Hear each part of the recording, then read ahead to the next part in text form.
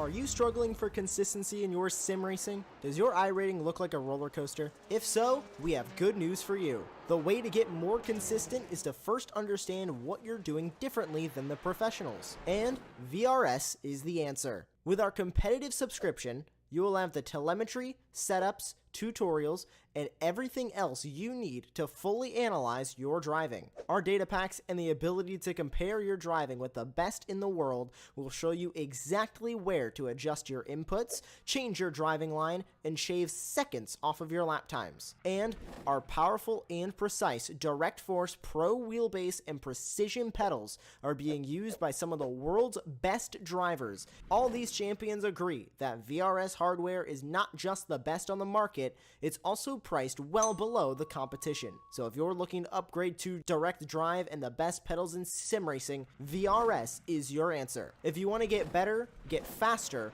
and make it happen sooner rather than later, you owe it to yourself to find out why so many people are switching to VRS. You'll be so glad that you did. Visit www.virtualracingschool.com and learn why the best use VRS.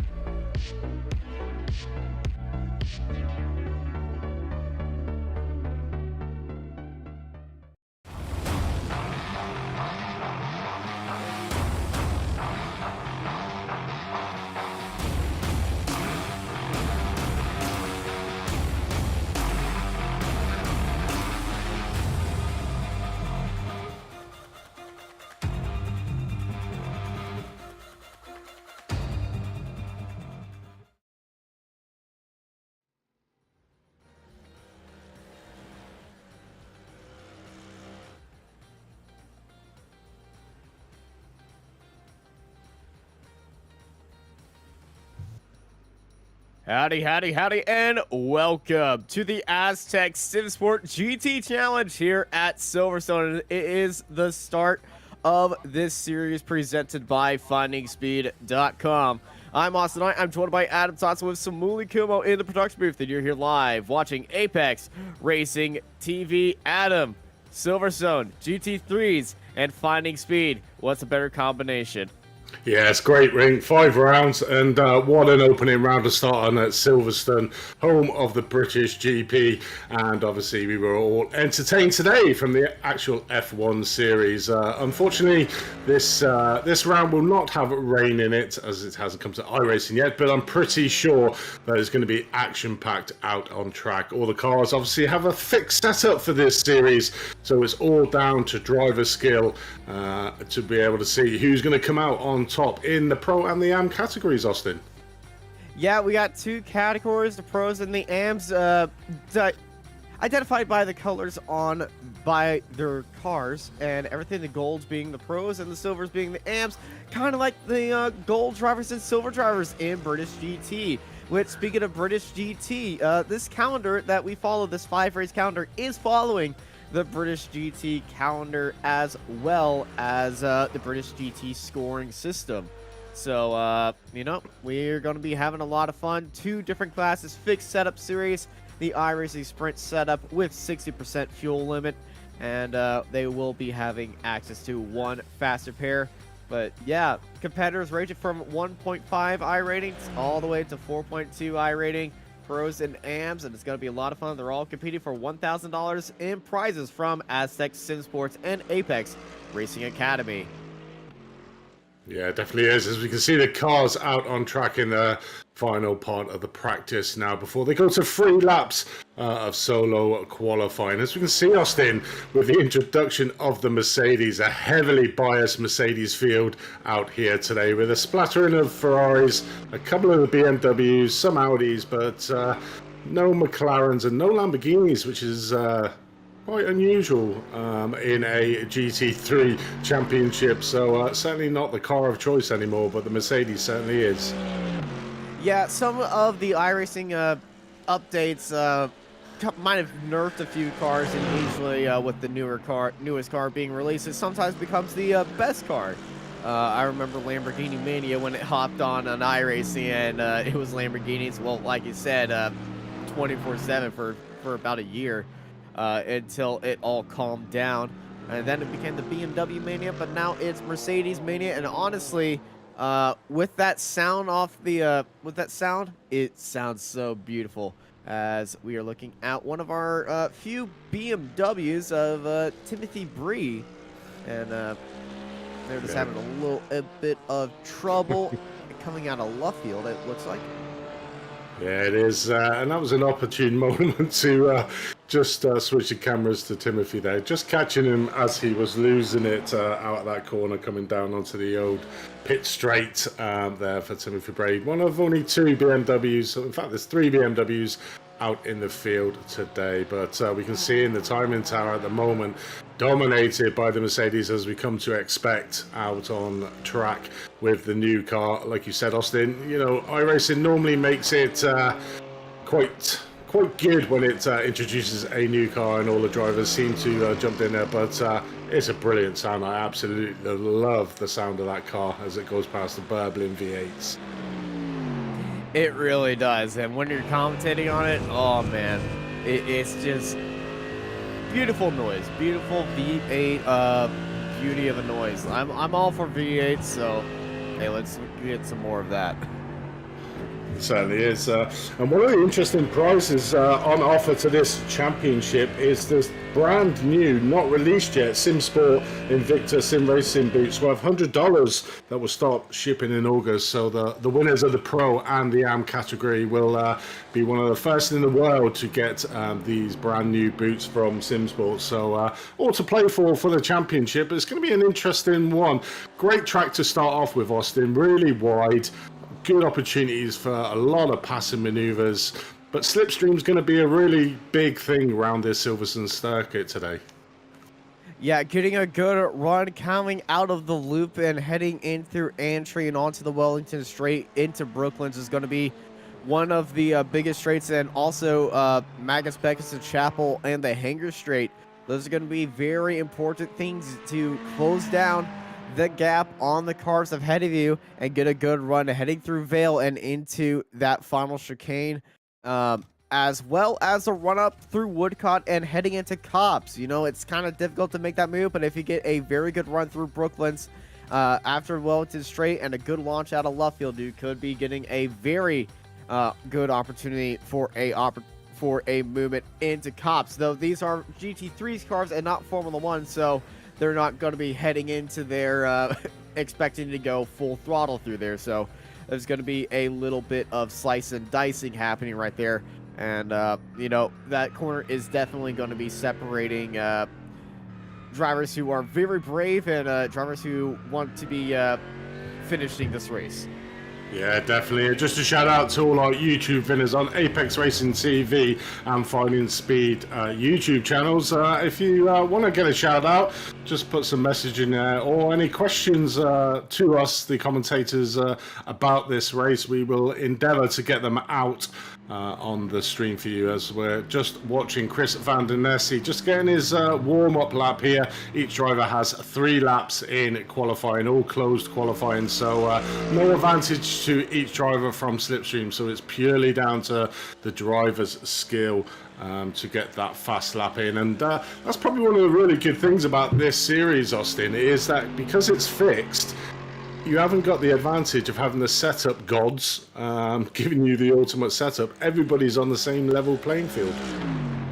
Everybody is on the same level playing field, but the downside is some fixed setup cars don't go the way that of your driving style that actually prefers it. I know a few drivers that really prefer the oversteering car, and then some drivers that prefer a understeering car, but a fixed setup base and a lot of cars to choose from is definitely the most preferred way of having a balanced series, because there's definitely setups out there that will give you a massive advantage. Yeah, there certainly is. You know, not everybody, like you say, not everybody's going to be really clued on the sprint setups, really, and not coming to grips with it. But, you know, they signed up for the series. They knew what the rules were. So, therefore, you know, they knew what they were getting into. So, I'm pretty sure these guys would have done a lot of practice on these setups to try and get them, as we currently watch Darren Doherty starting off his lap in one of the only 3 Audis in the field here today. So great livery as always from Darren and Doherty Racing Team, the Irish colours on his Audi car. Yeah, it's a very, very pretty car with the black base and then the Irish colors striped and flown around it. Very nice car to look at. And, you know, one of the few Audis out there, and the Audi, a definite classic on iRacing, and still a favorite in a lot of drivers' hearts. Yeah, it certainly is. And we're getting a few shout-outs on YouTube channel. Matthew Robinson is saying, let's go Glenn Hopkins, and Sam Soid Khan Blue Racing Team. So big supporter there for Glenn Hopkins is Matthew Robinson. So, yeah. Get your shout-outs, guys. We'll get them out where we can. And any questions you got as we look on board of Glenn Hopkins in this one of many Mercedes out on track. It's just going to be that burbling sound we're going to hear all stream, isn't it, Austin? It really is. So I hope your eardrums are very relaxed, because they are going to be extremely relaxed at the end of this broadcast with the vicious vibrations of this Mercedes engine. Yeah, it definitely is. As we should start seeing some lap times coming in very shortly. A lot of the drivers out on their first hot lap. Glenn Hopkins currently out on his, coming round. I believe our first driver that will be coming across the line is Alex Crater. Actually, no, Leon Kohler. And that BMW, they put in the first lap time right there, 1:57.777. And it is a pro time there, followed by Carter. There is Horace Ring taking that top spot, and now we're just going to be getting all the times pretty much at the same time. It's a 10-minute solo qualifying session for all these drivers, and we're going to have 3 attempts at laps. So most of these drivers might be waiting just a little bit, maybe see if they can get the track just a little bit rubbered in from the other drivers out there. But Glover takes the top spot for our AMPs in that second, well, he's down second spot, and now it's taken by Mika of No Limit Sim Racing in that Mercedes, which is taken by David Chadwick now. Yeah, it definitely is. David Chadwick there. We'll send it Sim Racing top of the AMS with a 158.59. So just under a second slower than the top pros at the moment. So Dave Chadwick doing an exceptional job in mixing it up a little bit with the pros. But like we said, they've got 3 laps to get it done. This is only the first of 3, but they've got to be careful. You know, this track is notoriously bad for getting them pesky little off tracks, and as you've only got the 3 laps to try and get a flying lap in here at Silverstone, it can really put pay to your qualifying. And with the field being quite a decent size, about 30 drivers, you don't want to be caught at the back of the field trying to make your way through. You want to try to get yourself up there to the front of the grid to make sure you get away from any carnage that could possibly ensue on that first lap. Yeah, that first lap is always key to making everything all nice and dandy. It'll be a rolling start, as is with most GT racing. Actually, with all GT racing, I don't know a GT series that starts with standing starts, as that would be chaos at times. But yeah, rolling starts here, heading into Abbey Farm and then into Village, being the first opportunity for that that little arena at Village and the Loop. Always going to be seeing cars dive it up the inside, heading to Village, or just try to get the opportunity to launch out of there. But first laps here are probably going to be very tightly packed, but it's where we're going to start seeing our main contenders really shine. Yeah, it definitely is. And also got to be wary of that first lap, because obviously the front runner of this GT3 will probably back up the field as they come down into Vale, as they come down into the club complex.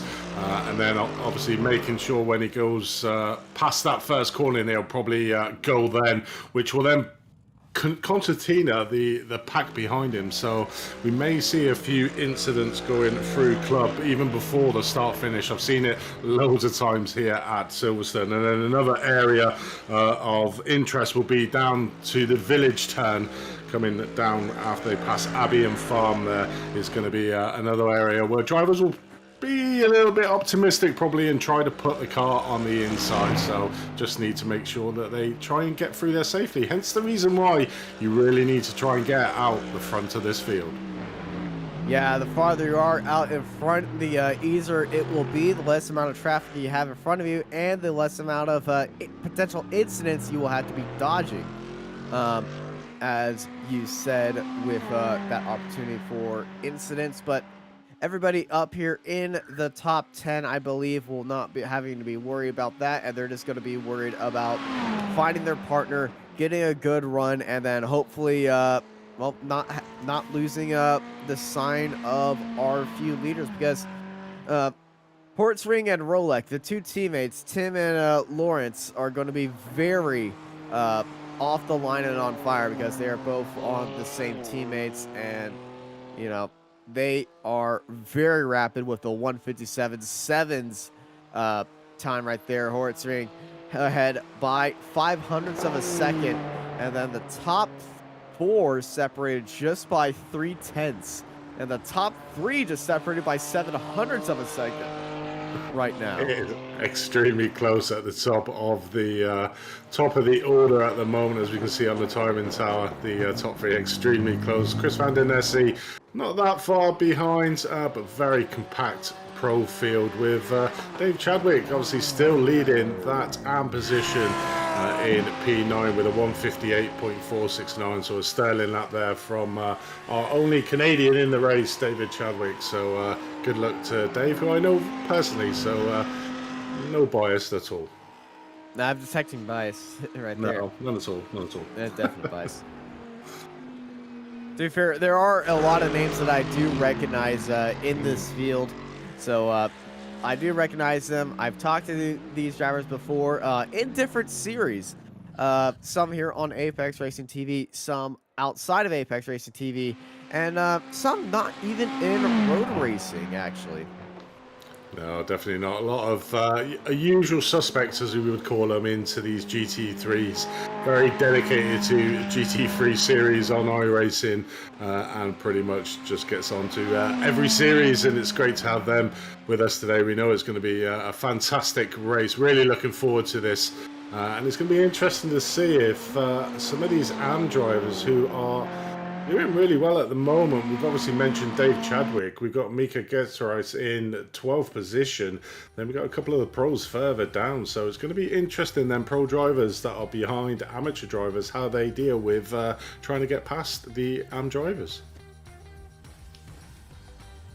Yeah, not the best qualifying for some of the pros. You know, them starting behind the AM drivers is probably you know, combination of not used to the car, not used to Silverstone, but it's definitely showing the pace of some of the AM drivers and their preparation for this race. Short pace lap here as Tim Rolek will be starting on pole position. It's a 1-2 for Kawana Gaming. Lawrence Hodsring in second place. Leon Kohler, Chris Van Nessie, Patrick Gannon, Dan Carter, Scott Reister, Adam Hedgecock, Dave Chadwick in pole position for our AMs, followed by Chris Gooch, Alex Crater, and Mika Geratis in 12th place. They're followed by Nathan Richardson, Paul Colashaw, Alan Mystic, Baron Glover, Coy McGrath, David Flanagan, and Timothy Bray, followed by Kenneth McGrath, Matthew Gunson, Stephen Brown, Phil Reagan, and Darren Doherty in 24th. And the final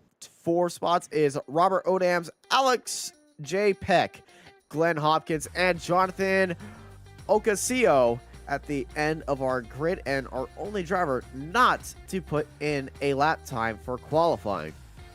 Yeah, it's going to be an interesting start to this race. And also what we haven't talked about is obviously that pit stop, mandatory pit stop in this hour-long race, which can always throw up a curveball in the running orders, and it's down to the drivers and where they actually come in for them pit stops. So it's going to be interesting to find out the pit stop strategies. And with the two teammates out in front on the 1 and 2, it's a great day to be in K1 Gaming.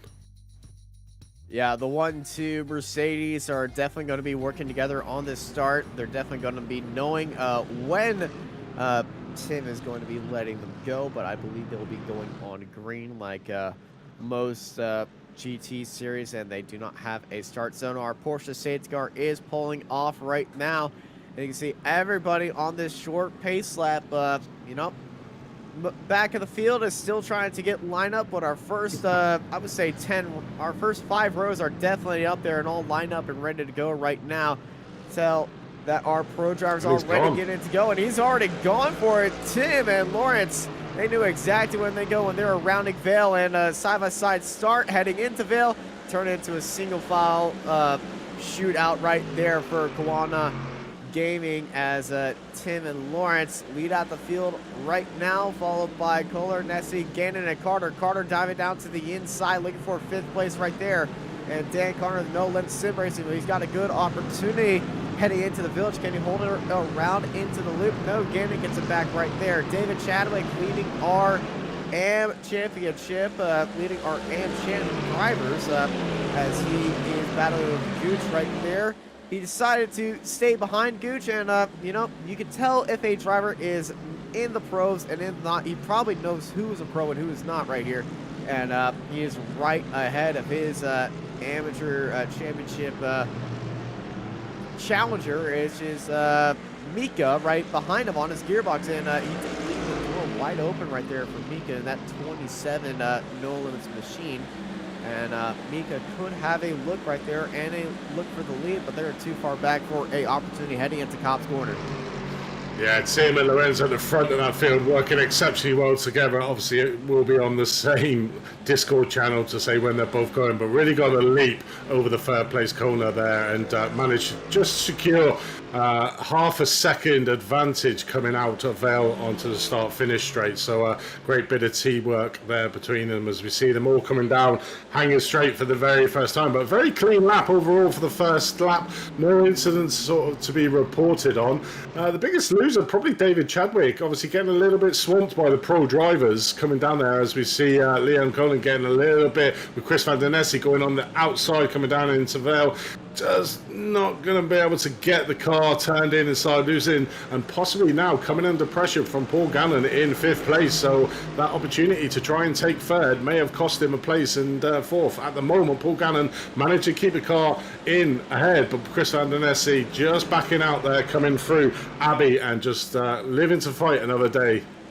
Yeah, Patrick Gannon with that move right there, but once again under pressure by Dan Carter. Carter once again looking down to the inside, just like he did on the opening lap of this series, but it's nowhere to be found right there for Dan Carter in that number 8, as Carter is going to be behind Nessie and Gannon right now. Yeah, I mean, those two out front have just got away from the field. A 2-second gap between 2nd and 3rd at the moment. Obviously, Kona coming under a lot of pressure from Chris Van Der Nesse, having to do a little bit defensive, which has given the opportunity for the front two to actually just scamper away and got a decent 1.9 second lead. Have the two teammates from K1 Gaming out in front, Tim and Lorenzo, so they've done a fantastic job. Ooh, no! Big collision heading into Cobb's Corner, and it's in the middle of the track right there. Kohler getting collected, got pushed in the rear and into the wall, and it's a massive crash right there at Cobb's Corner. And the highest speed corner in racing, one of the highest speed corners in racing, and then it's a massive crash. That is so unfortunate for Leo Kohler, and I think there's going to be a little bit more. You see, he was punted off right there. Doherty was down the inside. Kohler is trying to keep that car just in its own way, and nowhere to go as Doherty was trying to, I think, just trying to get past him, but he might have had damage right there. But so unfortunate for Kohler right there. As he was tapped in the rear. I'm not sure who tapped him, though. That was Gannon. Yeah, it was Gannon coming up to Cop's corner, and that's just iRacing, you know, go from hero to zero in the space of one lap, and Kohler was there in third place, pretty much secured in third place, with a little bit of pressure from behind. Little tap from Paul Gannon coming down, like you said, into Cop's corner, sent him out, and pretty much he will be in the pits now, right at the back of this race, just getting repaired, but he will be a happy chappy. Yeah, he does, yes. The bright side is he has a fast spare. Unbright side is he's still got to go into the pits again. He certainly will, and he'll be fighting his way back from quite far back in the field, so he's got a lot. It's going to be a very quiet race for him until he gets back onto the back of the field, and then he really has to work hard to try and get in front of the amateur drivers. So it's going to be a long day at the office from Leon Kohler, who was in third place, but an unfortunate incident coming around Cops, as we're seeing Scott Rissler there doing the same by Paul Gannon accidentally tapping the back of his car and spinning him around into Cops. So not an ideal day at the office from Leon, but what that has done is given an even more incentive between the front two to scamper away. Has Lorenz had an issue out front in second place, because he seems to be not that far away from Gannon. No, he's just separated just by 7/10. It's a normal separation to see by teammates.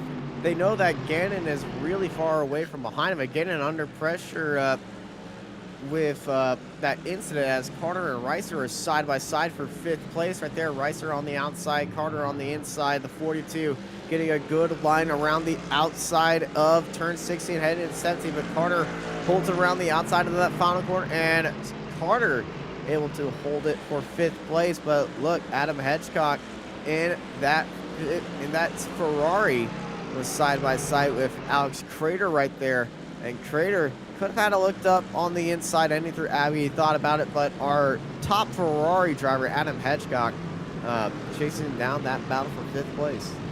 Yeah, it definitely is. Just looking at the movers and shakers in the field, Alex Crater in 8th place, up 3 places. Nathan Richardson up 4 places, our biggest mover, along with Dave Flanagan in 14th place, up 4 places.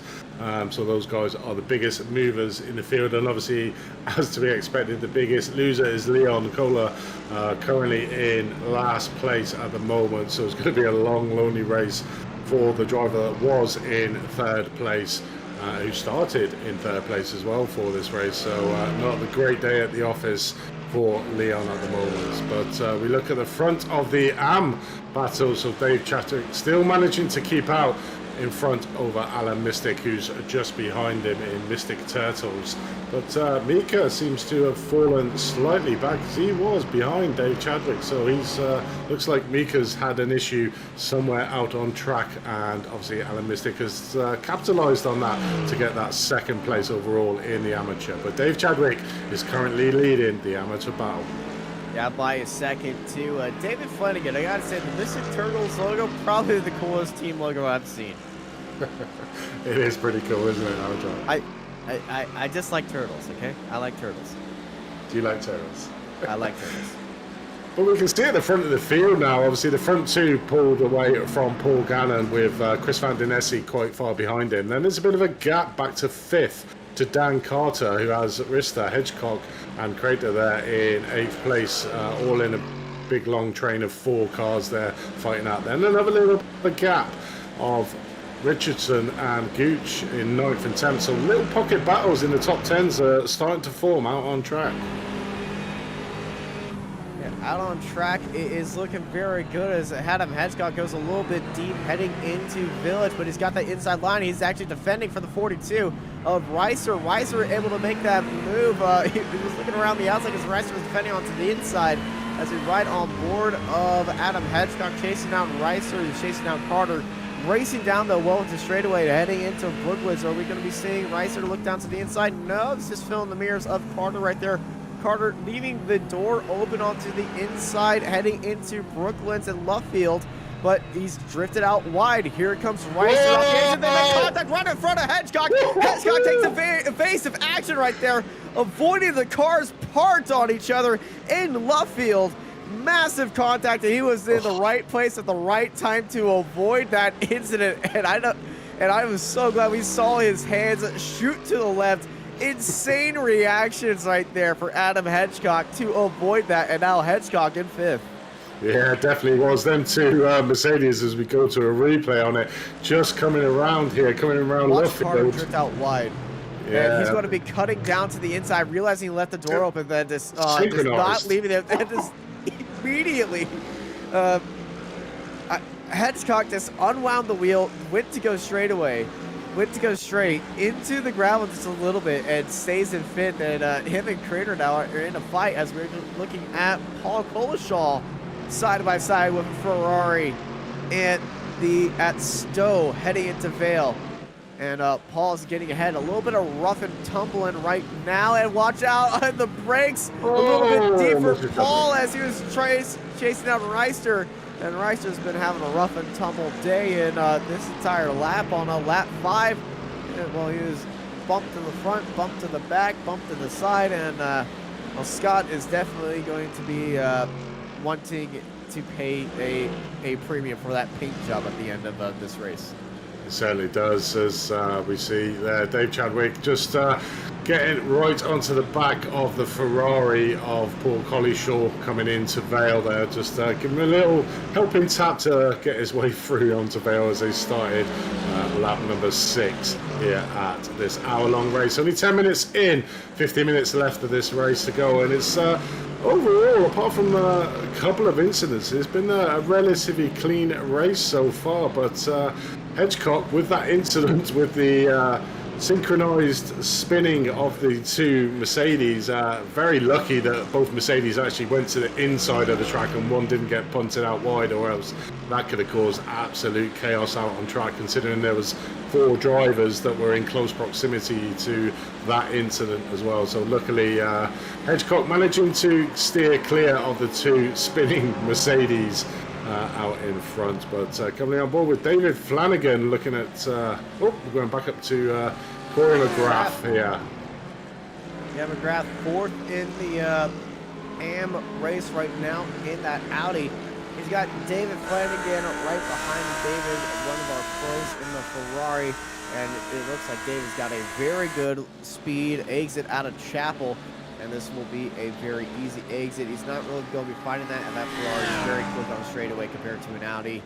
And down to the inside goes Flanagan, and McGrath is going to be staying in his class position of 4th place, overall position of 15th.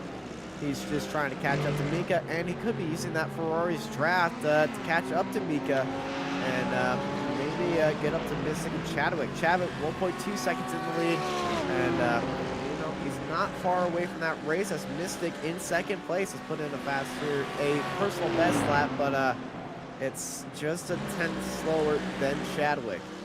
Yeah, it definitely is, and I think exactly that's what McGrath is doing, just letting that pro driver go through and hopefully claw himself back up to the battle for that amateur championship as we go back on board with Dan Carter, who was involved in that earlier. Oh, as we see the Mercedes of Kenneth McGrath there, so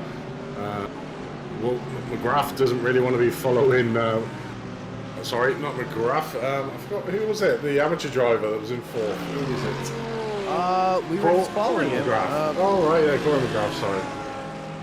There's Corey and Kenneth, is it? Is it Corey and Kenneth? Yeah, Kenneth and Corey. The thing is, though, Corey and Kenneth, Corey and Kenneth, they share the same name, but they aren't driving the same car or for the same team. No, that's what threw me.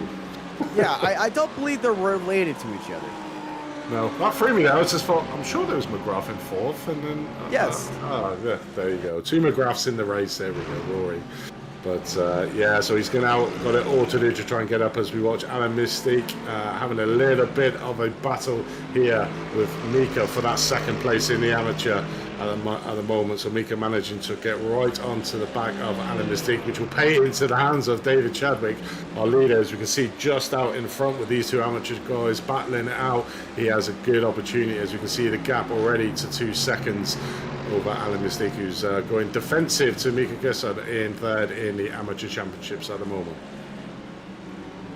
Yeah, the Amateur Championship spicing up right now. Mika closing that gap on Mystic ahead, and Mystic is falling away from David Chadwick. Chadwick is getting a good tow from Paul Kolashaw in 10th place in the pros. And, well, 2.3 seconds stretched out on Mystic. Mystic didn't have the fastest lap as they are in a battle with Mika right behind him. And Mika, he's going to be taking any opportunity he can to close in on that Mystic Turtles Gaming's 171 Mercedes GT3, but he took a very wide line through the loop and almost went onto the gravel, and he's going to be being caught up by Flanagan right behind him. Yeah, we can see it. I mean, these two are doing probably exactly the wrong thing to try and close up the gap to David Chadwick out in front. As we can see the lead just stretching out further to 2.4, 2.5 seconds with these two fighting. But Mika's putting Alan under all sorts of pressure at the moment. We've seen Alan going extremely defensive, which is giving the opportunity to Dave Chadwick in front to be able to stretch his lead in the Amateur Championship. So these guys should really be working together to bridge that 2.7 gap now up to the leader of Dave Chadwick. But they're having a little bit of a fight out on track, and as we can see as well that Keith McGrath, oh, he's 4 seconds behind, so we've got a long way to go, but does have a couple of pro drivers in front of him that he can use for a bit of slipstreaming. But certainly this is the hottest battle at the moment, is that P2 in on track between Mystic and Mika. McGrath is 4 seconds behind this fight, so he's got a lot of he lost a lot of time somewhere out there as Flanagan is trying to get past well, Flanagan is trying to defend from Bree in that Ferrari versus BMW fight, as well, they're trying to chase down our amateur drivers, the second and third right here. And Timothy Bree, we saw Timothy had that little incident in practice when they started on him in Luffield. And one of our only BMWs, it absolutely dwarfs the competition in size. So if you get a BMW in front of you, you're going to be in good waters, because that BMW gets off a big draft. And, but that BMW is in the background. Coy McGrath now has had a spin coming out of Abbey heading into farm. Yeah, so both of them McGraths getting caught in that turn there after Village, I think it was. So, yeah, he was 4 seconds behind to be considerably more than that, and it's actually gone down to... Yeah, he's... Oh, it's just a little bit too wide. Carry the speed, and almost gets collected by, Lucky. I think that was Dan Carter or Phil Reagan, who just narrowly avoided him, as this is Glover versus Nunderson, and Glover on that inside as Matthew Nunson goes very wide off the entry into Luffield, but it'll be getting a very good exit as Matthew, home of one of the strangest driver photos I've ever seen. I think that is 20 toes I see right there. It certainly is, but the only Porsche driver actually in the field, so very brave of Matthew to be driving the Porsche, considering how much it's probably been nerfed by iRacing. I think they completely ruined it. Actually, there was an update released to the Porsche yesterday. It increased the rear downforce stability of the car, so in a higher speed situation, the rear downforce is improved for the Porsche now. So, you know, expecting that to get a lot better, as we have a great side-by-side fight between teammates, I believe, of Crater and Richardson going side-by-side, coming out of Stowe and then heading through Vale. Actually, I think they're teammates. I am not sure. Yes, they are indeed. They are from teammates. RPM Racing, yes. So the teammates went side by side through Abbey there, which is probably not the optimal thing to do to make sure that you keep the speed up, but the teammates are fighting it out. So clearly no team orders in that team. It's every man for themselves, as we might see him dug out here coming down Wellington straight into Brooklands, but keeping it nice and clean at the moment are the teammates, with Richardson being the rear gunner through Rista, that's just behind him in 8th place to the team. Yeah, Scott, we saw what happened to him earlier on in this race, and we know how Scott can get a little bit feisty He knows he has the speed. He's just got to make sure on when he goes for it. None of our drivers heading into the pits just yet, but we're closing in on 20 minutes to go with a 60% fuel tank limitation. I would say that would be the opening of our pit stop window in this 1 hour long race here at Silverstone. So we're going to start seeing some drivers attempt an undercut here and try to get it into some clean air, and if they are stuck in a little bit of a draft train. And you know, around Silverstone, I would say you would want to stay in the draft, but if it's getting to a point where the group in front of you is pulling away and you can't be, and you're unable to be making moves, we won't be seeing anybody head into the pits on their own unless it is a coordinated pit stop with a teammate, so you two can draft each other and try to get that overtake. And you know, these two RPM drivers might be thinking about a earlier pit stop. Yeah, it's the early pit stop going to be the advantage, or is the longer pit stop? I mean, this is probably one of the longest circuits on the calendar. Obviously, it's nearly a 2-minute lap time around here, around Silverstone. So, you know, maybe fuel saving is coming into play a little bit, just to eke out that extra lap for them guys that are trying to go as far as they can in this race, to obviously limit the amount of fuel that goes into the car on the pit stop, to try and keep their pit stop down to an absolute minimum. So maybe the teammates are just trying to draft a little bit to save that extra lap of fuel around here at Silverstone. But it's going to be interesting around when the pit stops come in, and see who's the biggest winners and losers as we watch Steve Brown from Indy Autosport come in through the pits. Did he actually stop? No, he didn't. Yeah, he just drove through the pit lane for Stephen Brown, which is highly peculiar.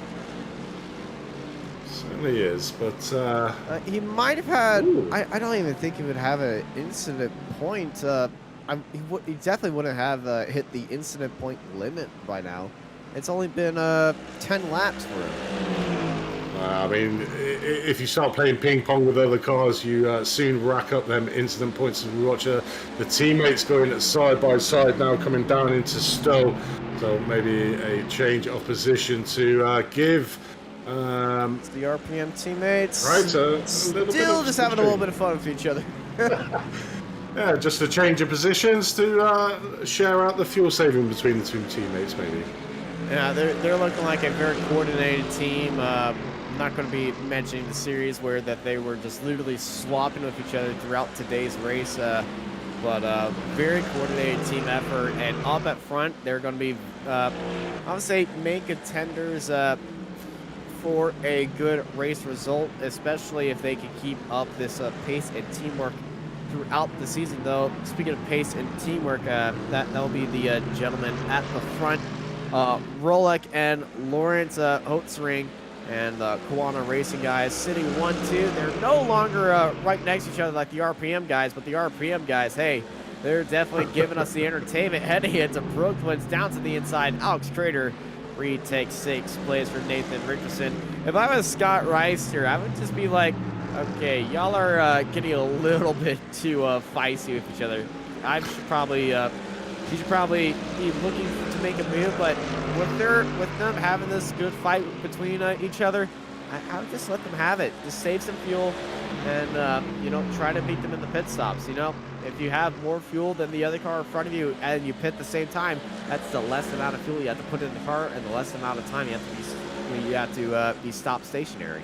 Yeah, it is. I'm just looking at the lap times of the cars in the last lap. The front 4 are actually considerably faster than these two teammates that we were watching. So they just need to watch that they don't get too far caught adrift from the top of the standings, or else it'll be a lonely race. But Rista just obviously just tucking in behind the two teammates, just in a little bit of draft. But we're back on board with the very bright orange Ferrari of Paul Collishaw there in P10th.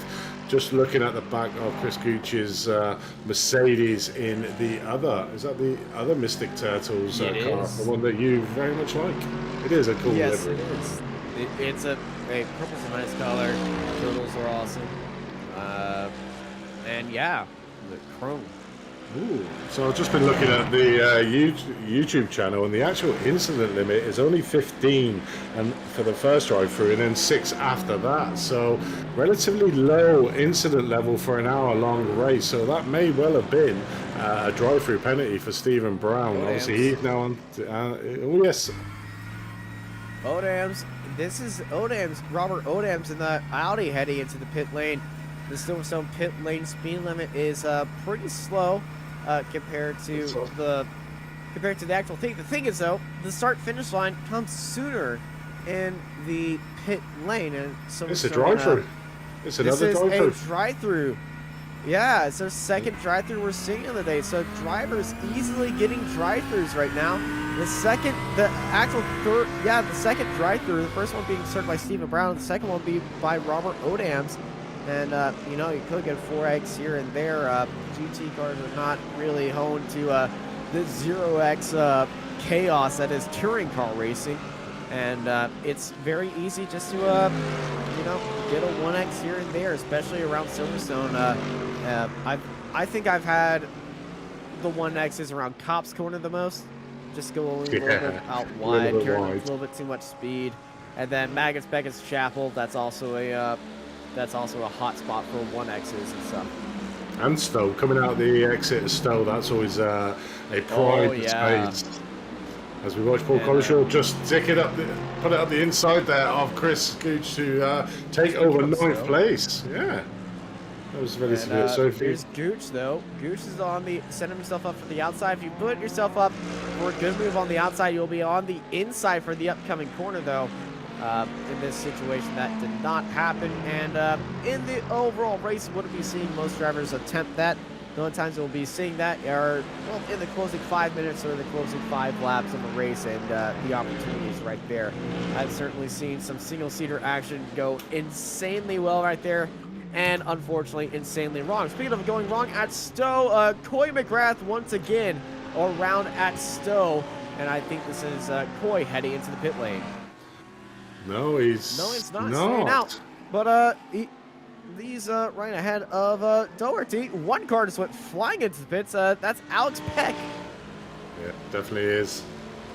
Going in, is this actually a pit stop? It is into the realms of the pit stop. Yeah, we see Alex just moving over to that the inside right. line. Yeah, this is our first pit stop. Alex J. Peck, well, second pit stop. Our first pit stop was by Kohler and that big incident that he had, but this is our first pit for fuel with 26 minutes down, so I'm expecting we're going to be seeing pit stops start to happen.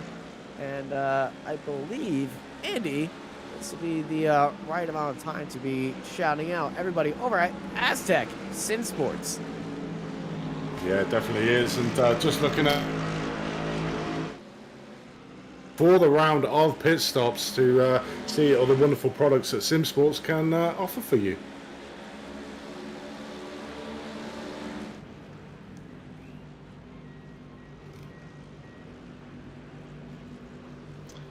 And, well, I've said the pit stops were going to happen, and they certainly happened right there. We were going to cut the commercial, but our leaders headed to the pit stops, as well as second place, third place, fifth place, fourth place, sixth place, seventh place, eighth place. Well, actually, speaking of eighth place, Reister is not in the pits. Reister is staying out there, and he's going to be trying to pull up the overcut and gain a few spots with the pit stop chaos, because the entry into the Silverstone pits, well, it is flanked by grass on both sides. And you could have a little bit of a jargon up pit stop at times. Gooch is coming into the pits, and actually Gooch, it seemed like he was a little bit lost in the pits, unable to find where he was needed to go with these GT3 cars, unable to be seen. Stuff that is a car ahead actually missing their box and having to reverse as Scott Reiser leads out there. But our leading group out of the pits, it is Tim Rolek leading out, and Gannon in third place. Reagan is in third. Reagan is leading the AMs out of the pits. Glover is down into second. Hopkins is in third. Chadwick is down into sixth on pit exit. So pit stops going absolutely crazy. And you wonder what I think? I think some drivers forgot to uncheck tires.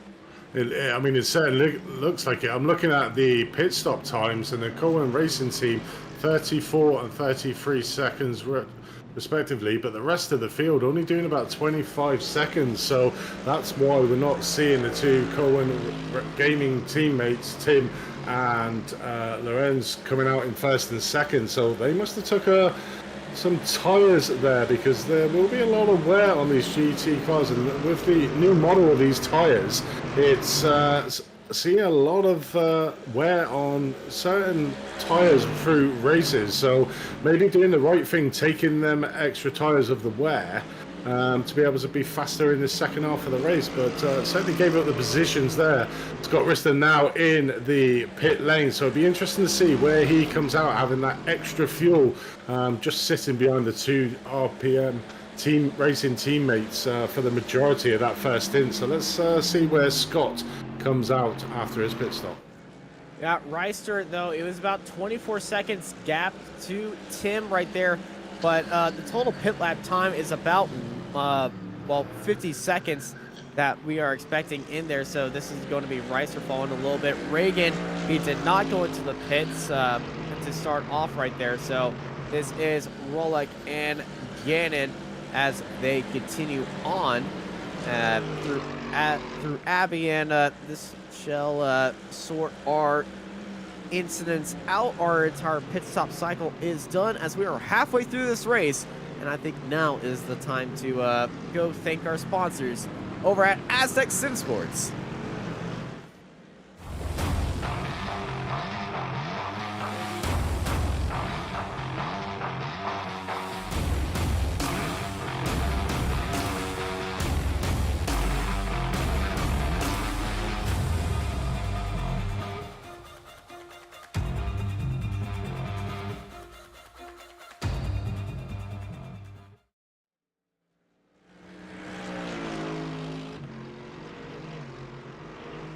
And welcome back to the Asetek SimSports GT Challenge here at Silverstone. We joined at the end of the pit stop cycle as Adam Hedgecock battling side by side with the 42 Scott Reister. Reister went into the pits this lap and tried to pull off the overcut, and he's actually done it. He went from 8th place all the way up to 5th place. What a pit stop cycle for Reister, and he's sitting up in 5th place ahead of the car that was originally behind him when he spun. Reister and Hedgecock, remember this? Hedgecock was stuck behind Reister when Reister was in that incident, and Hedgecock had to take massive avoidance right there, but Reister is now back ahead of Adam Hedgecock, and Hedgecock has got a world of hurt right behind him. Crater and Richardson of the RPM Racing Team, they love to scrap, and coming down the Hanger straightaway. Crater's found the window down to the inside, and he's going to be looking into Stowe. Crater on Hedgecock into Stowe, and Crater's cleared him heading into the corner. Alex Crater, and right behind him, Richardson and Hedgecock getting into each other. But here comes Hedgecock looking down to the inside at the chicane, and they're having an absolute ball right here for 6th place. Yeah, Richardson there just putting a lot of pressure over Hedgecock. Hedgecock put slightly out of position coming into Vale by his teammate in front of him, trying to get the opportunity to get the pass done at the same time, but not able to get it done there. But it's putting that Ferrari under all sorts of pressure, and it's probably the furthest the two teammates been there. It just looks down on the inside of Village, not quite getting it done. Hedgecock just managing to keep that Ferrari in front of the Mercedes, but that Mercedes in a straight line is an extremely fast car. With that slipstream, I think it's writing on the wall for Hedgecock at the moment, coming down here in Wellington Straight, and maybe a passing move here as we see Richardson just going to the inside, coming down here into Brooklands, not quite getting it done. The Ferrari still got that inside line coming around Luffield, so it's still going to be status quo, but losing a lot of time to his teammate in 6th place at the moment is Richardson. Yeah, two big GT3 cars are definitely going to be slower than one pulling away as they continue this fight, and that Mercedes is just filling the mirrors of that Ferrari as they fly through Cobb's Corner using all the curbing on the outside. Here comes Richardson. Richardson just going to be filling the mirrors. Next big chance for Richardson would be at the end of Hanger Straight and Stowe, where we saw Hedgecock fall to Crater And, well, that's a bad exit out of Chapel. Understeering through there. And this is going to be done even before they get to the bridge right there. Hedgecock, he's going to be defending onto the inside. He's left a little bit of a window opportunity right there for Richardson, but Richardson is going to go all the way around the outside. He's got the car ahead heading into Stowe, and that is there. That's a little bit deep right there on the brakes by Hedgecock. He goes a little bit wide, but around the outside, Nathan Richardson goes on, and we have a change for the amateur championship lead. Chadwick regains the lead as Mika falls down. Mika was leading, and this is coming out of Maggots Beguiston Chapel. It looks like Mika got wide at Chapel, got into the grass, and went hurling towards the wall and out of the lead. Yeah, it definitely is, and he's just plummeting down the amateur order, currently in P7, so that little mistake has been very costly as we have a look at a replay of him. So coming around, Maggots and Beckett, what's he do? Does he hit? He just goes wide. Hits the grass. There's the grass right there. Goes around, almost gets collected by, I think that was the uptime car of Timothy Bree. And he falls to David Chadwick, and Chadwick regains the lead. He had a great pit stop, but Mika, I think, serving a drive-through penalty now because there's no damage. And then, salt into the wound, lemon juice to the eye, jalapeno peppers anywhere on the body after you prepared it. That's this injury. So pretty bad then, yeah. Pretty bad then, yeah. I mean, a lot of the cars now seem to be getting up to that max limit. So that's about the third driver we've seen do a drive-through penalty. So this Silverstone's course causing these GT3 cars to get a lot of incidents out on track. And obviously we saw Mika there just getting it slightly wrong through Maggots and Beckett's coming out onto Chapel. And not only did he spin and lose about 5 places in the AM Championship, to add to his woes, he actually got a drive-through penalty for exceeding the incident limit. So after that, he's only got 6 more, and then he'll get another drive-through penalty. So a lot of tentative driving is going to have to start coming into play with probably quite a few of these drivers, because I'd imagine a lot would be around about the incident level limit.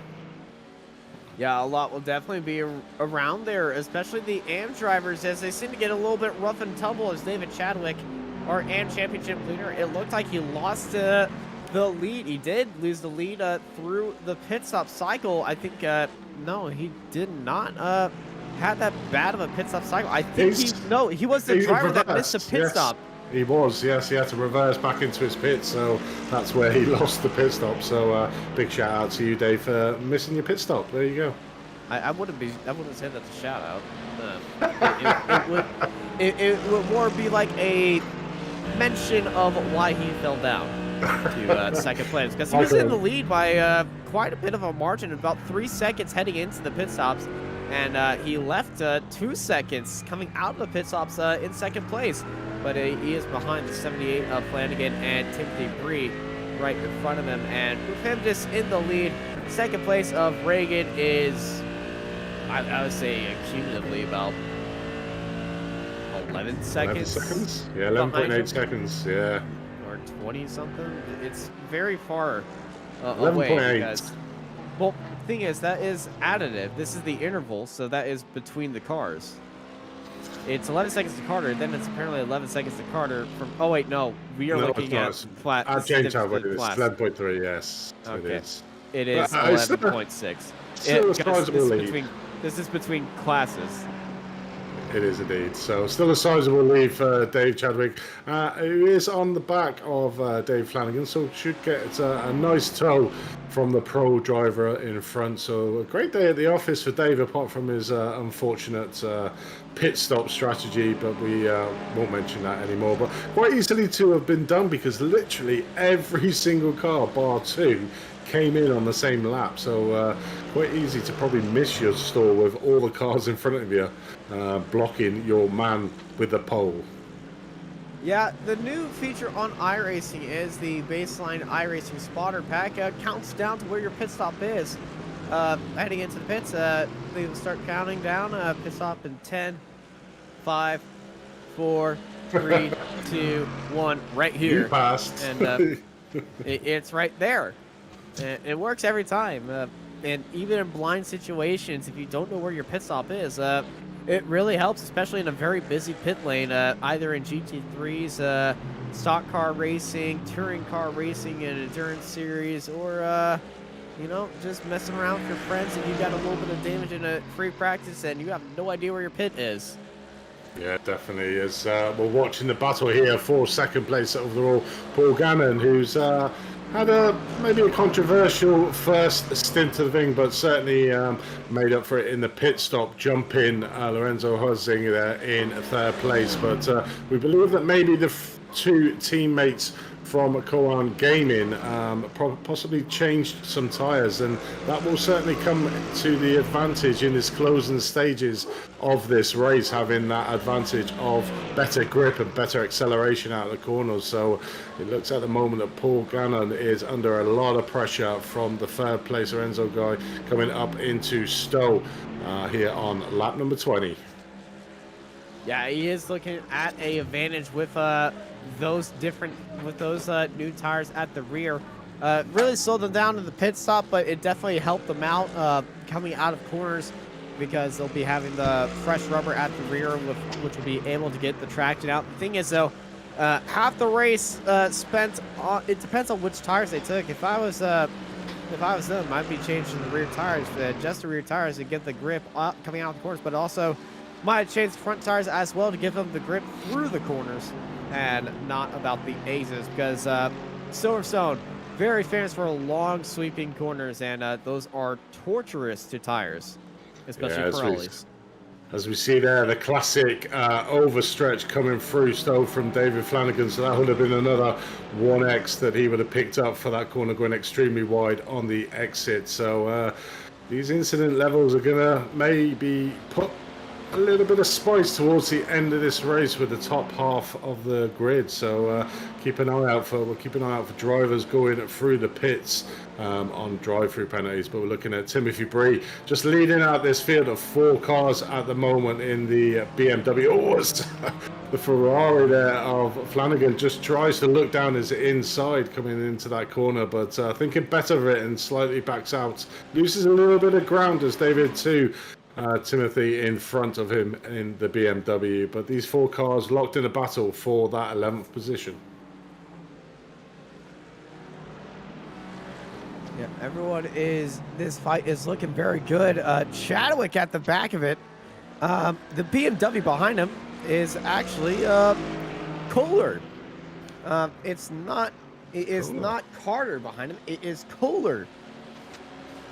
Well, third place starter, and obviously you had the incident coming around the corner with just viewing the cars going around, so very much on a recovery drive as we go back to second place in the AM, Matthew Dutton in the Porsche, and probably did need that update like you were mentioning, Austin, because they really put paid to that Porsche. You know, going around the corner, it was like a sick dog. It was horrible to drive, and it's good to see that they found the errors of their ways and put a little bit back into the Porsche, because it was a hot favourite for drivers, but certainly had gone out. So maybe this update will bring people back into the Porsche, because we didn't get very many, and maybe take them out of the Mercedes that we're seeing dominating a lot of the GT3 races recently. Yeah, the Mercedes. Speaking of Mercedes, Alan Mystic diving into Stowe. Well, he dove in there and he slid right out. I think he actually lost the position from that move. Certainly did. Went in a little bit too hot. Thought he could get the car stopped, but you know, tires really coming into play at the moment. He literally could not get that car stopped. Went out extremely wide, and then just let Glover take that 4th place off him. So has it all to do again? Does Alan Mystic in that Mystic Turtles in P5? Yeah, Alan Mystic now 171, falling away from Glover and Reagan after that little bit of a mistake. Definitely going to be thinking about how he's going to be attacking that corner throughout the day. We have 18 minutes remaining. Actually, nope. It will be 16 minutes and 30 seconds remaining here at Silverstone. And that is about 8 laps remaining here for Rolek in the lead, Gannon in second, and Hortzring in third place. Chadwick leading out the field massively in the AMPS Championships. These leaders are definitely just going to be thinking about one thing, keeping the cars safe, as we have seen a few drivers do a few drive-through penalties right there. And those drivers that have done those drive-through penalties, well, that just brought them back all the way down the field pretty much. But it's the German in the lead and the Canadian in the lead of the AMPS Championship, as the German is leading out the Pro Championships. The Quanta Gaming car of Tim Rolek, the number 22. He started in first, entered the pits first, and exited the pits in first. And, well, he's in first. Yes, pretty but much. We do have a fight for second place. Lawrence Horing and Patrick Gannon are closing in on each other, and there is Lawrence. Lawrence did have a longer pit stop, a much longer pit stop, and our running theory is he did put on new tires. And Patrick Gannon just did fuel and go, and that's what gave him the gap right there.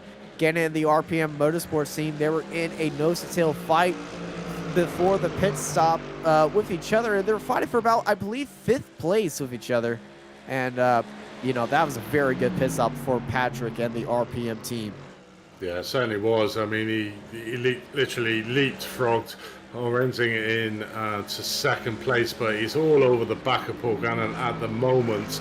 And you would expect to get him done as long as he can get a really good exit out of this chapel coming down here into Hanger Straight. You would expect him to make a good move going down into Stowe, but seems to be losing a little bit off the back of that Mercedes. Will close up the gap, as these cars are all the same setup, so it does have the advantage of the slipstream, but struggling at the moment to try and make that passing move on Paul Gannon and his teammates, who he was very much with at that pit stop cycle, is pretty much having an easy race up front, and Lorenzo's just trying to make sure that he gets a 1-2 for the team in this first round. But Paul Gannon is that thorn in the side of the team at the moment, and he's doing an excellent defensive job of keeping Lorenzo just behind him in third place.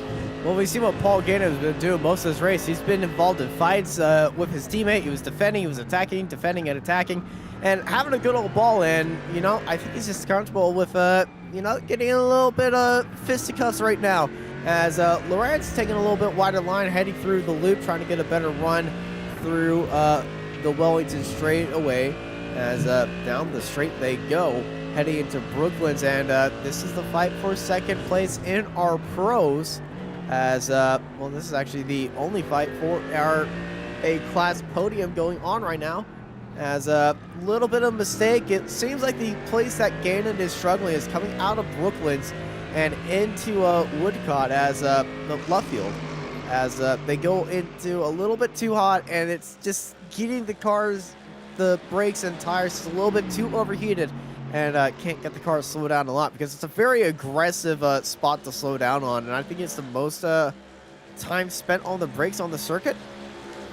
I think so. I think you're exactly right there. And this is really the window where, if our initial thought was right with Renzi taking tyres, this will be where he will get the match. Oh, in the grass! Oh, he managed to save that. Managed to lose not too much time, still keeping in the slipstream, but a bit of a hair racing moment. Well, he's got a slowdown penalty now. If you cut that corner, it's a slowdown penalty. So Lorenz, he was making a charge on Patrick Gannon, gets a slowdown penalty, and he is out of that fight 2 seconds behind Patrick Gannon right there. Luckily, did not cross over that incident limit, because it seems like everybody here is flirting with disaster with an incident or not, because that incident limit is so low at 15.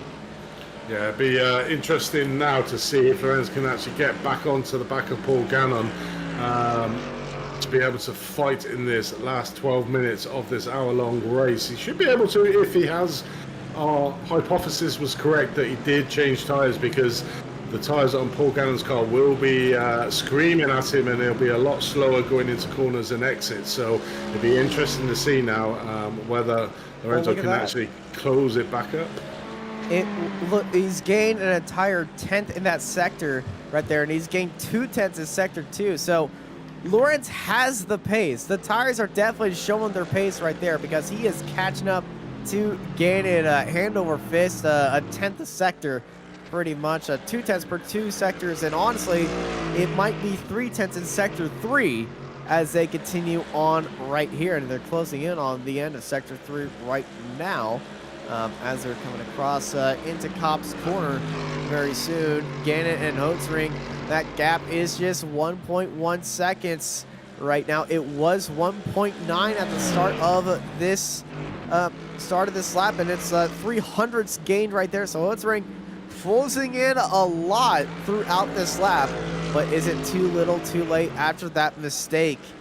And will he be just a little bit cautious heading through Chapel each time now, because 10 minutes to go, and Rolek just came across the line. Yeah, definitely. I mean, the biggest place you'll see the advantage of that tyres is coming down the Wellington Straight, coming into Brooklands and coming out of Luffield down into Woodcott and through Copse. That's where we'll see the biggest gain, and we can see on the sector gains as well. That's the time that we've got the biggest gain on for Lorenzo in third place at the moment. Only 1.1 seconds behind him, so we're soon getting into that slipstream, so we'll have the added benefit of the slipstream. But you can certainly see the two lines that the drivers are taking. You can see that Patrick's got a little bit more slidey coming out of corners, whereas you can see Lorenzo's car a little bit more planted coming out of the exits, and that's the advantage of taking tyres. Certainly one or two tyres, certainly if you've done your homework, you will know what tyres would need changing after the stint, because with the new tyre model in the GT3 class, they really do start to wear in these hour-long races. Hello. As this is Flanagan holding it around the outside, defending from Timothy Bree at that chicane right there. And, you know, this is a great stinking fight right there. 3-car fight. The car in the back is Leon Kohler. We saw have that incident earlier on in this race at Cop's Corner. I think he's just enjoying the show right there, not wanting to be a part of it at all, as just enjoying David Chadwick, our Amsterdam Championship driver, get a little feisty with the pros with Bree and Flanagan. Yeah, he's doing a cracking job at the moment. 13.4 seconds ahead of his nearest rival. So pretty much got this job secured, but is not quite happy with just that 13th place. Wants to really mix it up, as we can see him just trying to put his nose out there coming down the Wellington Straight to just let Timothy Bree know that he's... Kohler is right behind him. Leon Kohler spins it behind him. I think he was just trying to enjoy the fun right there, as we saw a purple lap time for one of the McGraths pop up right there, putting in a new fastest lap for the Amsterdam Championship. It was Coy McGrath in a 158.23 new fast lap for the AM Championship driver, as these three having a little bit of fun. Very late early move heading into Maggots Beckett's right now. Chadwick and Bree side by side, but Bree with that outside lunge went from the outside, set himself up for the inside, and the inside line through Maggots right there, and absolutely got that right there. But he's definitely under pressure from that Mercedes. Fake to the outside, selling in the dummy, going down to the inside, heading into so once again a wide setup for Bree. Bree had the pace and the position around the outside already, and with that launch, he's going to be going again. And Chadwick, is he going to look down to the inside this time by? No, he is not. 8 minutes though. Bree goes a little bit deep heading into the corner. That's going to be, oh, that's a very bad line for Bree. We saw Chadwick get onto the brakes to avoid getting into the back of Bree right there, as they get back onto the throttle right now, looking down to the inside, heading to Abby. That is a dangerous move. He's really want to go right there, but hey, sometimes you got to go for it. You got to go for it. And Chadwick, you know, his closest fight is 12 seconds behind him, so he's just having a little bit of fun out there. With 8 minutes remaining right now, 4 laps, maybe 5 laps remaining on the docket, but I think this might go into 4 laps to go, as David and Bree, you see the difference in braking styles right now. Bree, I think, is looking all over his mirrors, then the track, as David is being a little bit of a hassle right now. He certainly is, and the other David Flanagan in front is capitalising on the pressure that Dave Chadwick is putting on Timothy Bree.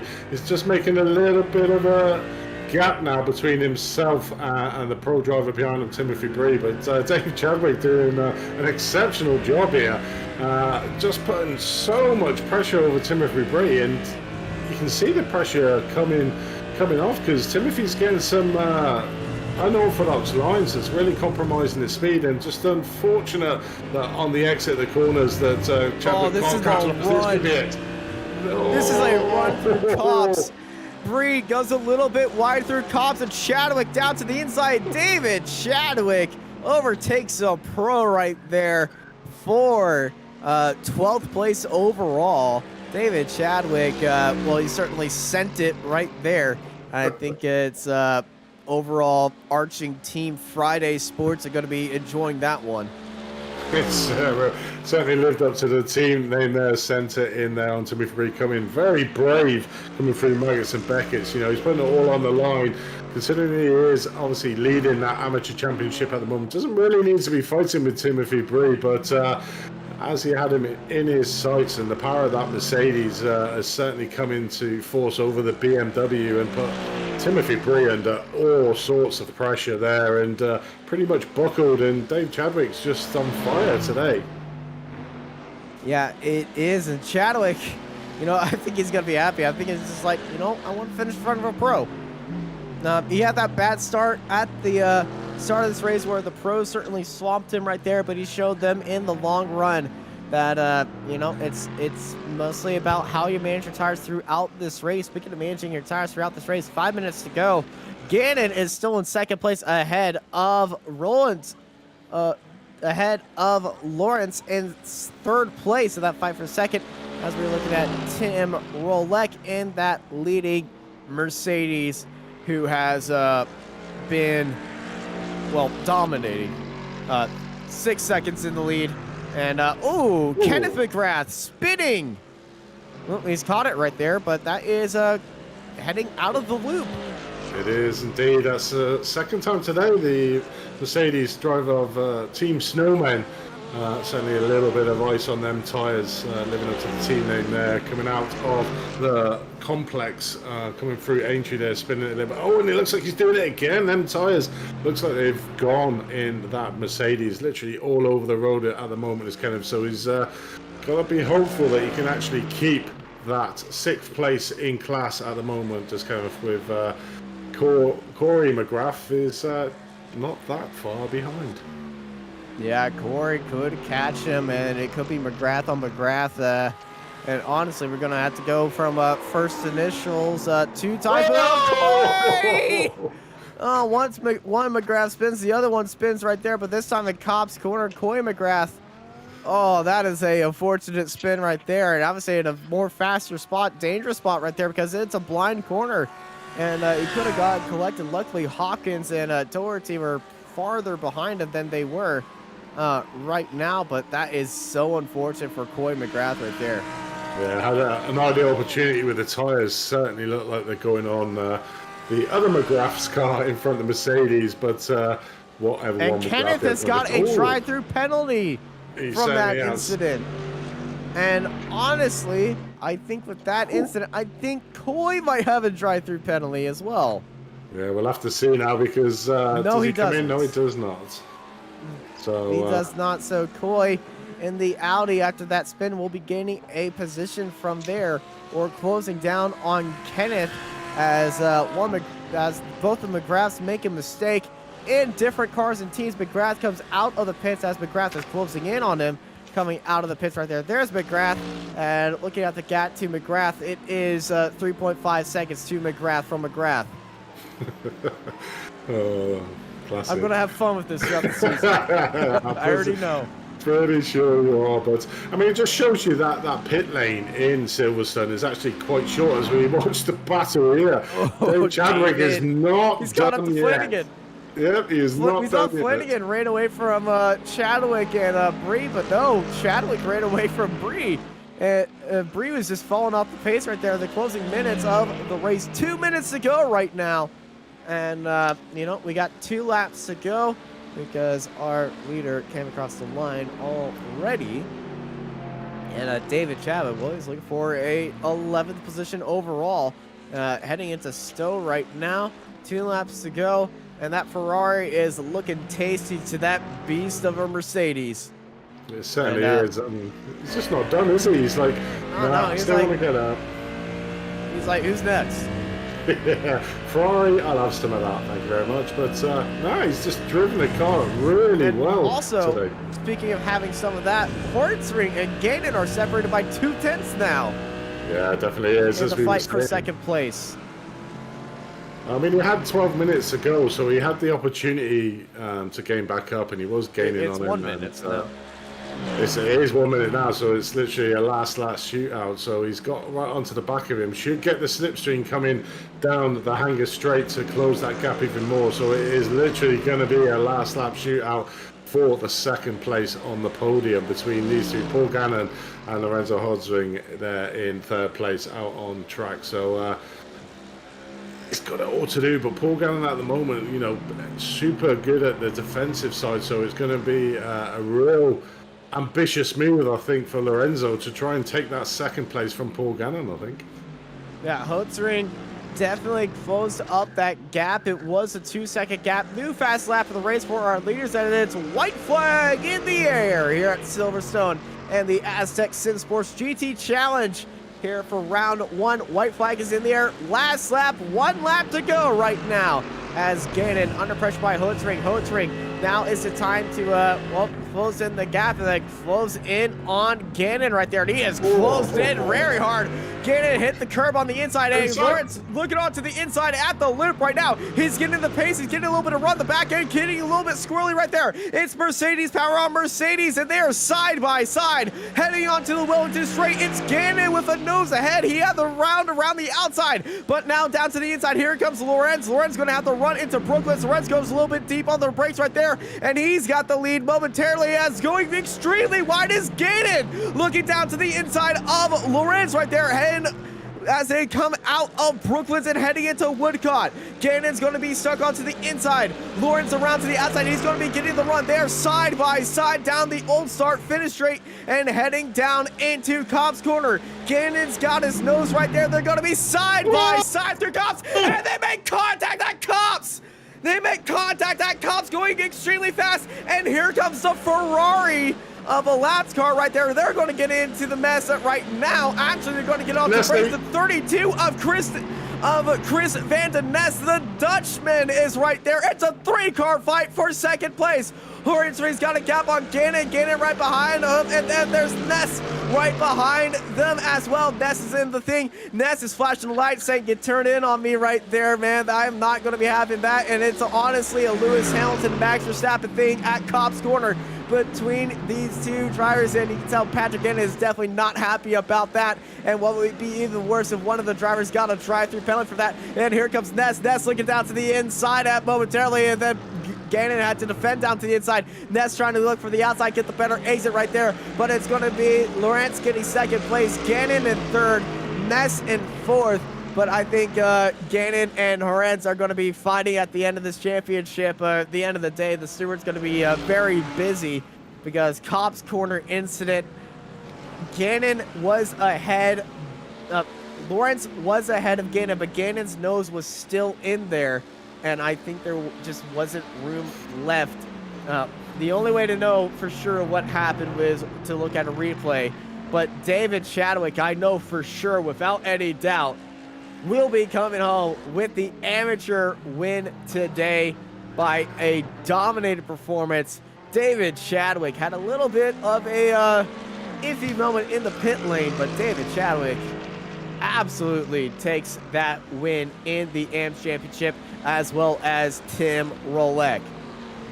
I mean, he's just done a brilliant drive as Dave Chadwick in the amateur class. Same with Tim Rolek in the front. He's pretty much, we haven't even really concentrated on at all being the dominance that he had in the race. That race there was for that second place.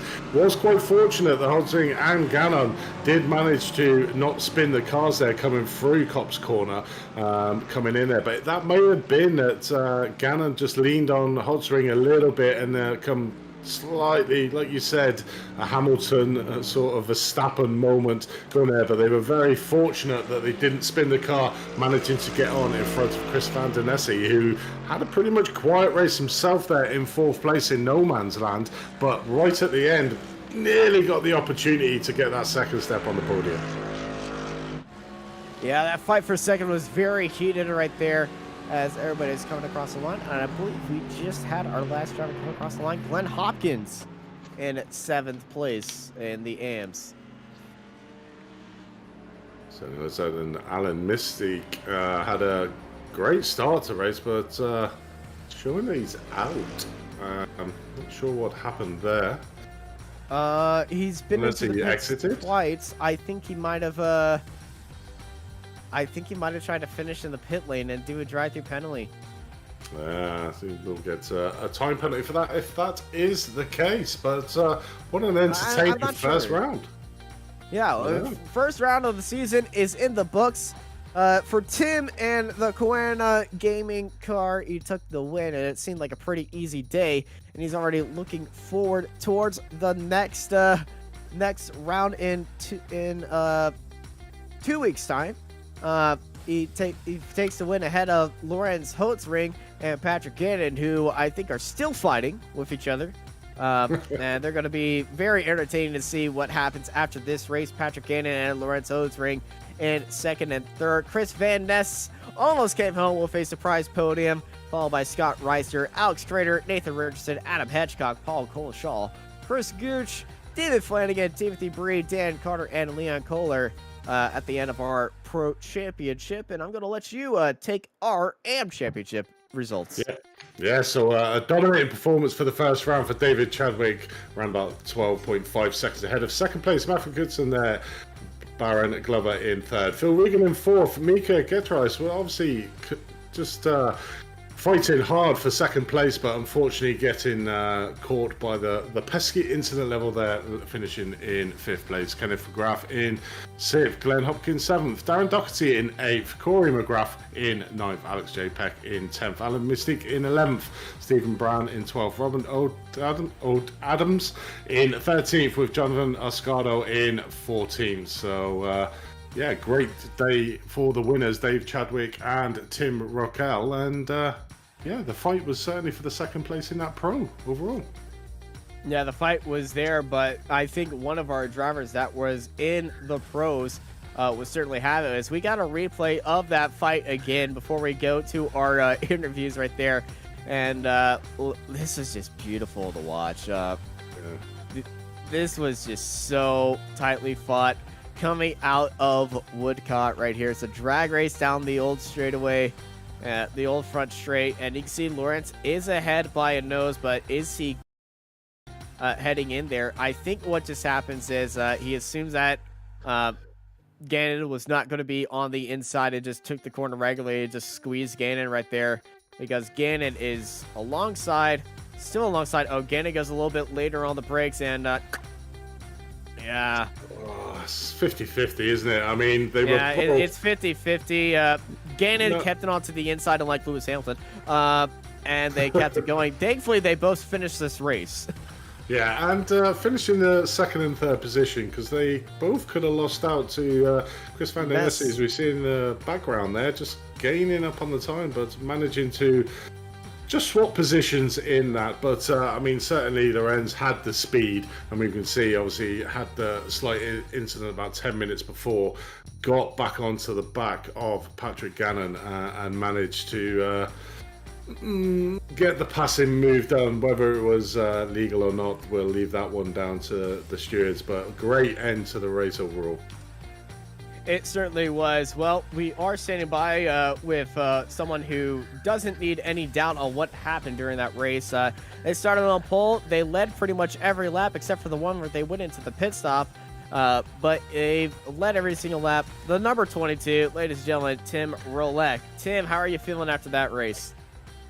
Yeah, hello everyone. To be honest, it was just a simply race. Just driving alone in the front and just do my laps. So it was amazing. It certainly looked like a very good strategy was in play. You had a bigger gap in the lead to 2nd and 3rd place. Well, 3rd place because your teammate and you did exactly the same thing. You both went into pits, and did you take tires? It was a very longer pit stop than everybody else, about 10 seconds longer. Yeah. Doing the first stint, I mean, we were looking for tires, just saving a little bit. But in the end of the stint, we was thinking a bit to change tires or not, and then we just talked about, okay, we only change one tire, and that was the front left, which is on this track pretty much the hardest one. So for me was that pretty much easy to gain that with a gap, but for my teammate was a little bit harder. But yeah, that was our strategy. Well, the strategy definitely paid out right there. You had the pace to take the pole position and the pace to win the race definitely here. And it seemed everything was under control for you from the start, and it's a 1-2 for the team. Yeah. Well, But, next... Yeah, to be honest, it was with the track and car was now really, really good. So the combination was really nice. Well, it's absolutely a fantastic result for you and the team. Next week is next race is in 2 weeks' time, heading over to Donington Park. How are you feeling about that? Oh, Donington Park is some nice track. For me, I guess a little bit better than Silverstone, because the only public and official races was in GT3 fixed. Donington was really quick there, so yeah. Looking forward to it, and yeah, see what we can do on Donington. All right, well, we're excited to see what you do at Donington on the 16th of July. Before we let you go, to go celebrate with you and the team, anybody you want to thank?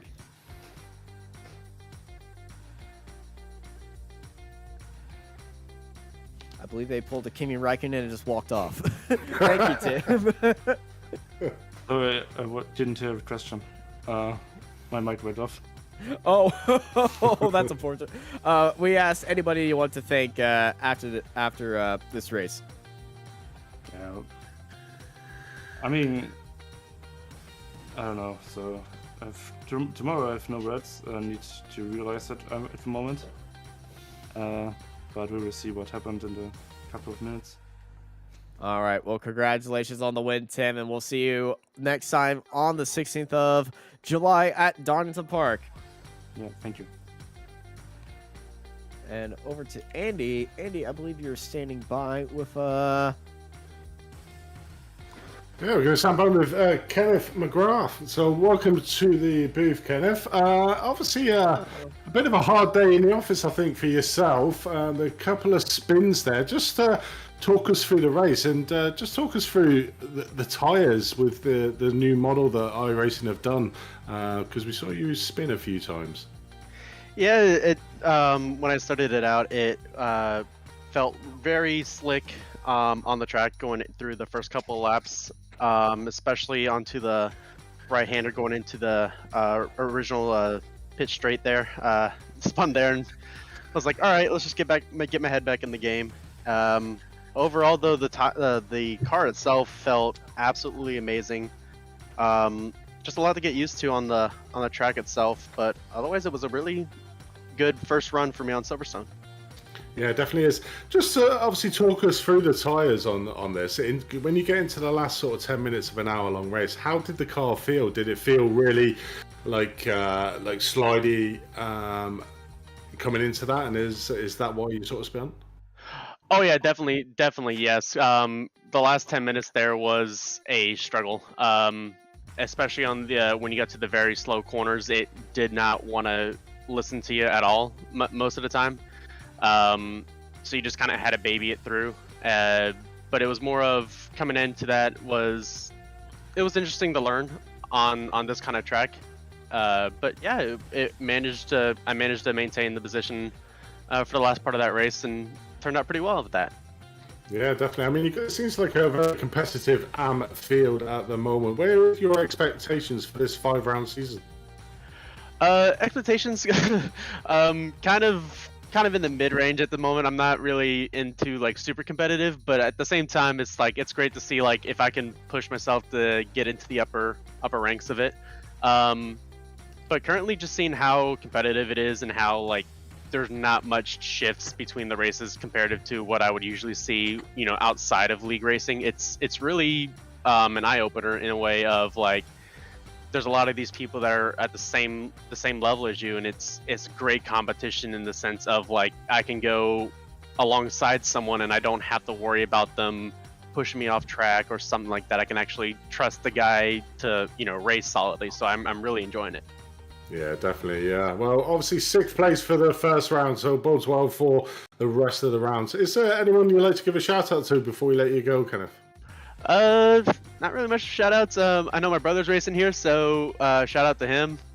Me and him just like the competition in that sense, so we like to push each other. So shout out to him more than anything. So you and Corey are brothers. Yeah. Okay. So we love like a little competition. Gotta enjoy it. Yes, we were wondering that, but you weren't in the same teammate, so we just assumed you had the last name. But thanks for clearing that up for us. Yeah, no problem. Well, good luck for next week at Donington Park, mate. Yeah, man, you too. Thank you.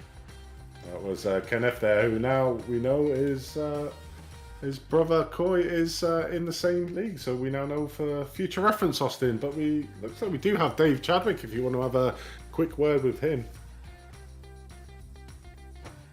You there, Austin? Okay, let's Yes, start. yes, I am. Yes, I am. Yeah, we can definitely talk to Dave. Dave, how was that race for you? Hey guys, what's up? Happy Canada Day weekend. That was a fantastic race.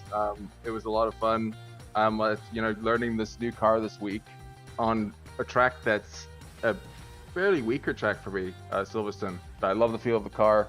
I was able to put in a couple of good practice sessions, optimize my time a little bit, and just the race came together. Starting with a banging quali lap, I did a much better quali lap than I expected, and just great racing.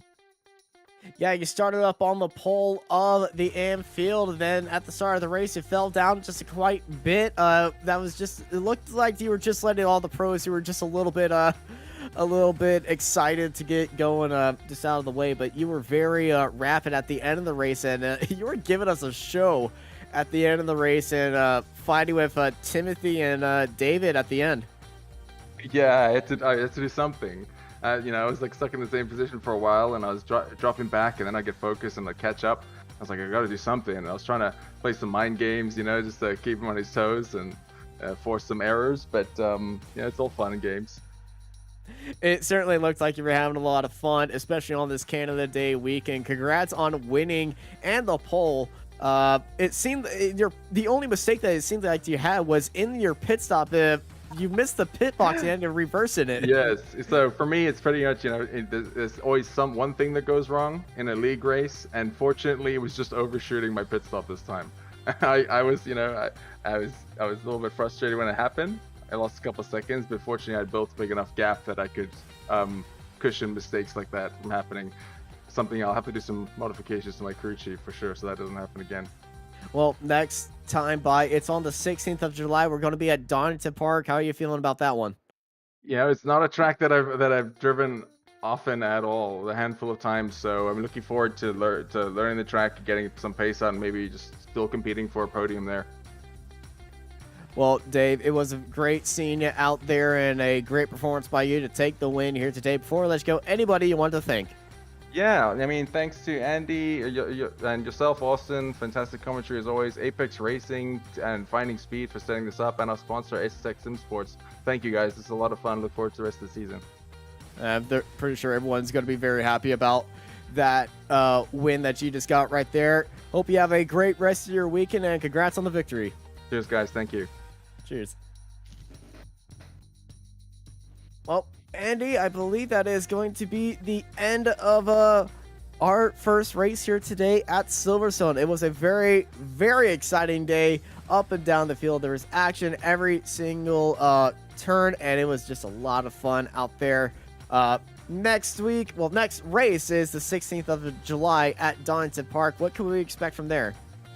I think some really good racing. It's obviously seen on the race today. Very clean field, a lot of respect given to each of the drivers. Donington is a quick track with some really tricky corners that the drivers will have to do a couple of hairpins thrown in there. So, it bodes well that around this track today in Silverstone, the drivers gave each other a lot of respect overall, should I say. So I'm really looking forward to Donington. It should be a great race in 2 weeks' time. Well, thank you all for joining us during our first round of the Asetek SimSports GT Challenge here at Silverstone, presented by FindingSpeed.com. For more information about the series, go to FindingSpeed.com. Thank you, everybody, for joining us here on Apex Racing TV. I've been joined by Adam Thompson with Samuli Kumo in the production booth, and I'm Austin Knight, and I hope y'all have a good night.